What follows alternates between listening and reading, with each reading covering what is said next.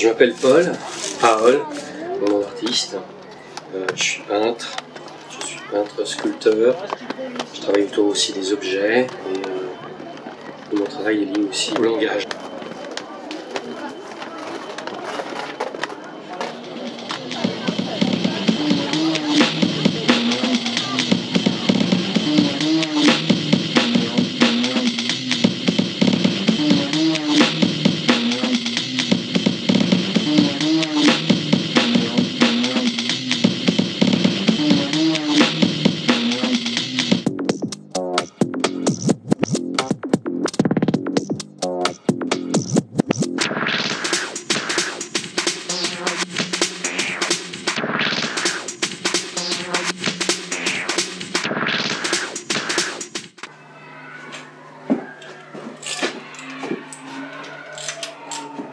Bon, ça c'est un travail que j'ai pensé, toujours à partir de la série du philosophe, dont j'ai donné plusieurs interprétations. Enfin, j'en ai deux. J'ai le philosophe qui est ici,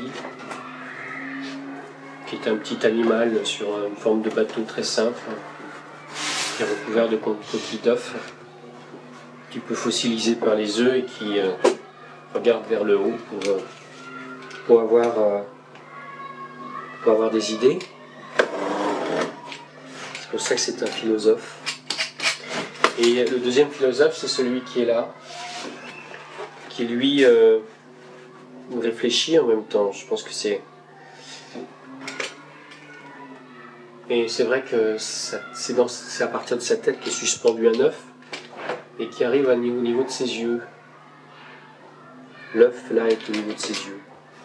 Cette histoire a commencé avec l'écriture surtout. J'ai commencé au début à écrire, on pourrait dire que ça a commencé avec un journal, sous forme d'introspection, journal, intérêt pour la poésie, aussi recherche poétique. Et c'est à partir de l'écriture en fait, qu'est né le dessin. C'est-à-dire que j'ai développé le dessin avec l'écriture, c'est-à-dire que j'ai vu des formes dans l'écriture, et c'est de là que j'ai poussé le dessin. Et puis dans mon parcours, dans la trajectoire, j'ai rencontré des œuvres, et ça a été des fascinations, comme l'œuvre de Kurt Schwitters, Paul Klee, L'Art Brut, Dubuffet, Chessac, et tout cela m'a amené en fait à élaborer aussi du dessin, aussi la peinture, les objets collages, les collages, enfin tout ce qui est assemblage autour d'une poétique de l'objet. Donc c'est ça le détonateur, et c'est vrai que maintenant dans mon travail j'y vois des parallèles avec l'art d'aujourd'hui ou l'art des années 60. Je me sens proche du travail de certains nouveaux réalistes par exemple. Et puis après, bon, c'est une histoire personnelle qui est de chercher avec des fragments, avec beaucoup de choses qui sont comme ça, qui sont captées à l'extérieur, une cohérence. Alors sur les périodes, j'ai commencé vraiment à faire des collages au départ. Et donc des collages, celui-ci par exemple, il y a un collage, il ne m'en reste plus beaucoup à dire. Là, c'est vraiment une reprise d'un tableau de Picasso. C'est un découpage que j'ai inséré dans un fond, dans un arrière-plan qui vraiment qui est plutôt tourbillonnant. Enfin, il y a une idée de mouvement, quoi, avec des couleurs. Et puis il y a aussi toute une période pendant 2 ans où on a travaillé avec un ami. Et donc là, ça a été la période pas olive. Donc cette création commune, quoi, pendant 2 ans, on faisait des tableaux. Et on était dessus tous les deux. C'est-à-dire on pouvait travailler l'un la peinture, l'autre l'objet, puis les choses se faisaient petit à petit, avec une certaine, avec une certaine harmonie, on va dire, avec une certaine entente en tout cas. Oui, c'est vrai qu'il y a une période, j'ai réalisé un certain nombre de pièces qui sont à base de livres. Ça continue d'ailleurs. j'en ai une, enfin, de temps en temps, je peux utiliser des livres comme un moteur. À partir d'une idée que je peux avoir, je peux réutiliser les livres. Mais ça a été une période assez féconde sur ce sujet-là, sur ce thème-là.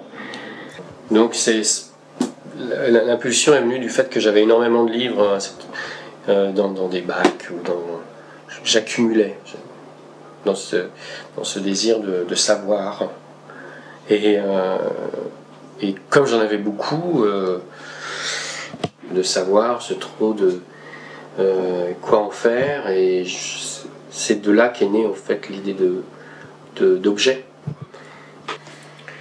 Alors vient après la période le sujet ou le thème des livres, des objets livres, qui étaient d'ailleurs de la sculpture, qui étaient des petits reliefs ou des petits objets qui pouvaient bouger. Il va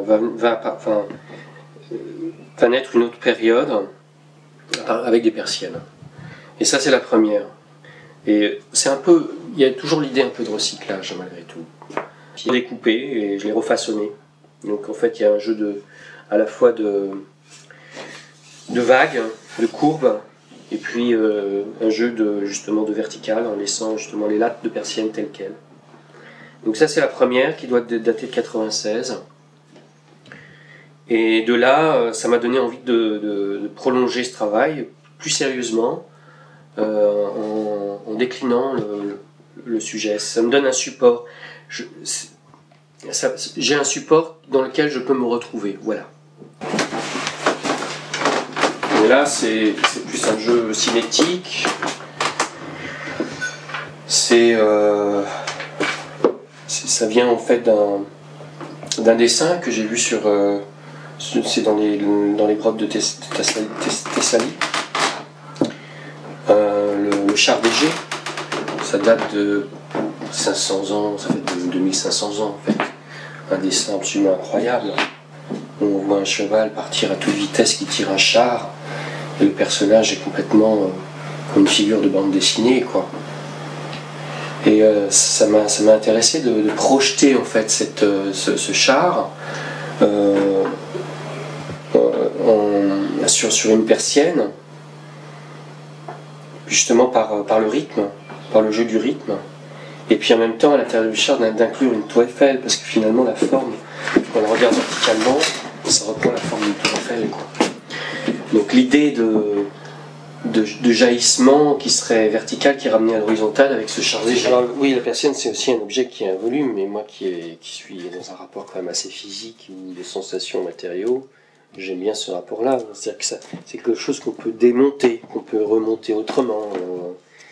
Là, c'est vrai que les lattes, je n'ai retiré par exemple un certain nombre. Ce qui me permettait en fait de mettre en arrière-plan, par exemple des tissus. Là, c'est une robe. Et puis ce qui m'a intéressé, c'est la partie un peu cinétique de la persienne, puisqu'on peut y voir aussi sur les côtés, quand je la tourne comme ça, normalement vous devez voir apparaître mon nom. Voilà. Donc là, c'était le premier jet, enfin c'est des traces du premier jet que je faisais sur l'autre côté, et qui est venu justement laisser des parties coulantes sur le dos de la persienne. Oui, c'est important de connaître un petit peu l'histoire, c'est-à-dire qu'il y a certaines pièces qui ont une histoire pour moi. Bon, je vous l'ai dit littéralement d'ailleurs, aux Libertés, par exemple, qu'est-ce qu'a été le détonateur, c'est bien de s'en rappeler du reste. Parce que des fois on oublie finalement qu'est-ce qui fait que quelque chose émerge. Ça m'arrive d'oublier en fait d'où vient justement cette création, quelle a été la motivation. Maintenant pour un manque d'emploi, oui, mais je m'en sortirais avec comment dire une facilité, c'est-à-dire que quand vous regardez la peinture chrétienne, il faut un mode d'emploi lorsqu'on est dans une autre culture. Quand on regarde la sculpture africaine, c'est la même chose, il faut avoir un mode d'emploi pour comprendre aussi tous les symboles qu'il peut y avoir dans les sculptures africaines. Donc voilà, et c'est vrai que le langage est quelque chose, c'est une espèce d'interface, enfin, peut-être pas le bon mot, mais le langage permet en fait de saisir aussi la relation entre le façonnage, la création, et puis ce qui peut émaner en fait d'une création, ce qui est dans les sources, quoi. Il y avait une exposition qui était organisée à la mairie du 20e sur le thème de la marine. Et je me suis posé la question en fait de la femme. La Marianne, c'est aussi une femme. C'est bien sûr une femme révolutionnaire qui devient un symbole, donc on va lui mettre le bonnet phrygien. Et j'ai fait une forme de condensation entre la Joconde, la Mona Lisa, qui est en arrière-plan, et puis en fait un masque de loup qui est celui de Frida Kahlo. Mais d'ailleurs, certaines critiques m'ont fait avancer. J'étais extrêmement, j'étais très très profus et dans plein de directions différentes.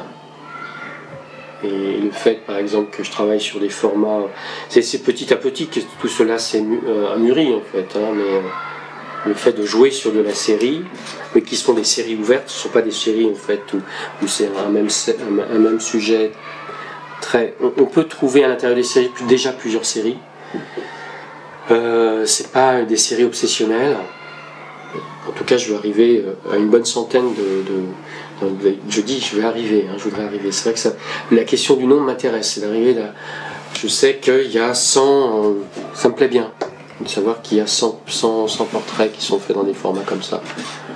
Alors là, c'est un hommage à Félix González Torres, qui est un artiste qui est mort récemment, il y a quelques années, du sida.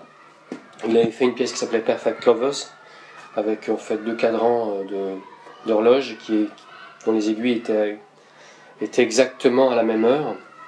Je suis reparti de cette idée pour plus parler de l'altérité.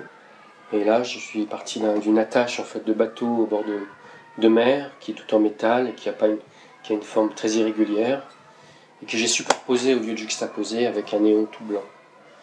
Alors, ce qui m'a amusé, c'est que j'ai trouvé une horloge dans une antiquité du Paris-Lyon-Marseille, et il y a une 25e heure, quoi. Et je pense que l'amour, elle se situe là. Elle se situe toujours dans un rapport qui est en dehors du temps. Lorsque je fais une exposition,